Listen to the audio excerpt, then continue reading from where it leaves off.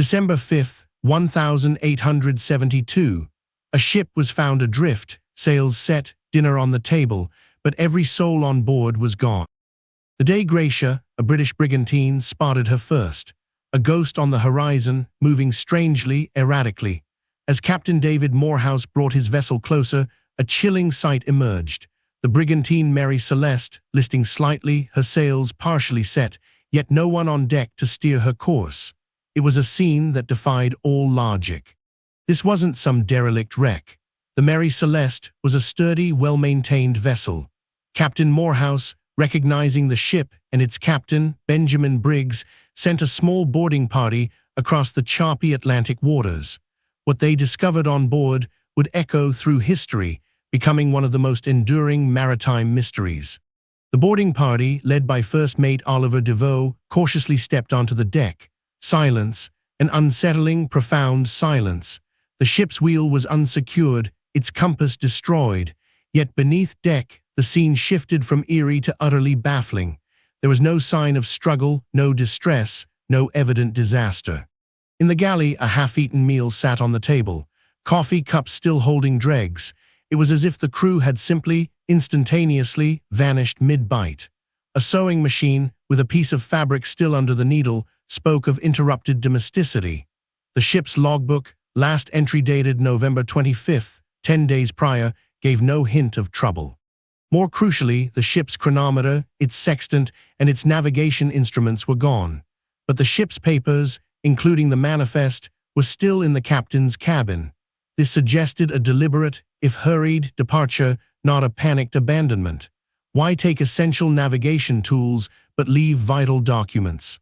The Mary Celeste had departed from New York City on November 7th, 1872, bound for Genoa, Italy, with a cargo of 701 barrels of denatured alcohol.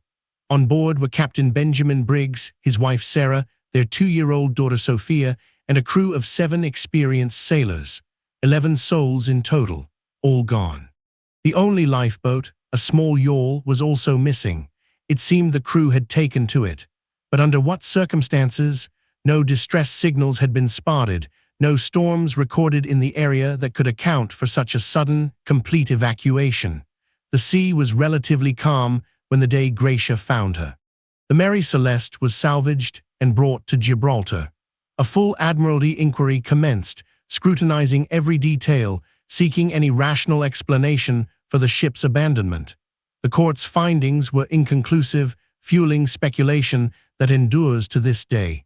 What could make an experienced captain abandon a perfectly seaworthy vessel? One prominent theory involved mutiny or piracy, yet nothing on the Mary Celeste suggested a violent takeover. No blood, no signs of struggle, no valuable cargo missing. If pirates were involved, why leave the valuable alcohol and personal effects behind? It simply didn't fit the narrative of a typical pirate attack. Another theory suggested an explosion. The cargo of raw alcohol was volatile, perhaps fumes accumulated, leading to a small, contained blast that terrified the crew into abandoning ship. The missing hatch covers, found nearby, could support this, as they might have been blown off.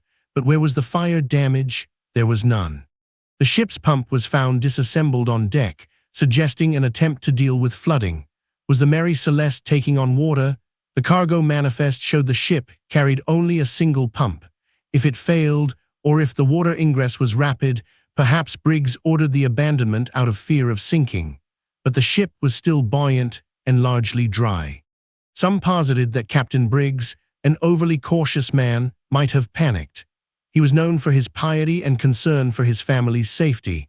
Perhaps a combination of a faulty compass, a perceived leak, and the volatile cargo led him to believe the ship was in imminent danger, prompting him to abandon ship for the yawl. But if they abandoned ship in the yawl, where did they go? The Atlantic is vast and unforgiving. No trace of Captain Briggs, his family, or the crew was ever found. No wreckage, no bodies, nothing. It was as if they simply ceased to exist the moment they left the Mary Celeste. Even more outlandish theories emerged. Sea monsters, alien abduction, even a Bermuda Triangle-esque phenomenon. These, of course, lack any credible evidence, yet they highlight the profound human need to fill the void of the unknown, to find an explanation, no matter how fantastical, for such a complete disappearance.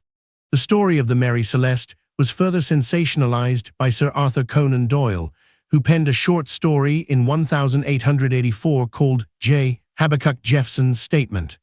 While a work of fiction, it cemented the Mary Celeste in public consciousness as the ultimate ghost ship, a vessel whose mystery defied all logical deduction.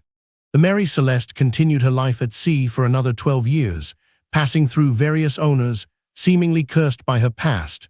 Her story ended in 1885 when she was deliberately wrecked off the coast of Haiti in an insurance fraud scheme, a sad, ignominious end for a ship steeped in such profound mystery. Today, over 150 years later, the Mary Celeste remains an open wound in maritime history. Her empty decks and silent cabins continue to challenge our understanding of logic, fear, and the unforgiving power of the sea. What truly happened to Captain Briggs, his family, and his crew? Was it a sudden, terrifying event that forced them into a lifeboat, only to be lost to the waves, or something more sinister, a human drama played out in the isolation of the open ocean? The truth, it seems, is forever submerged beneath the cold, dark waters of the Atlantic. Next, we delve into the baffling disappearance of Amelia Earhart, a mystery that echoes across the vast Pacific.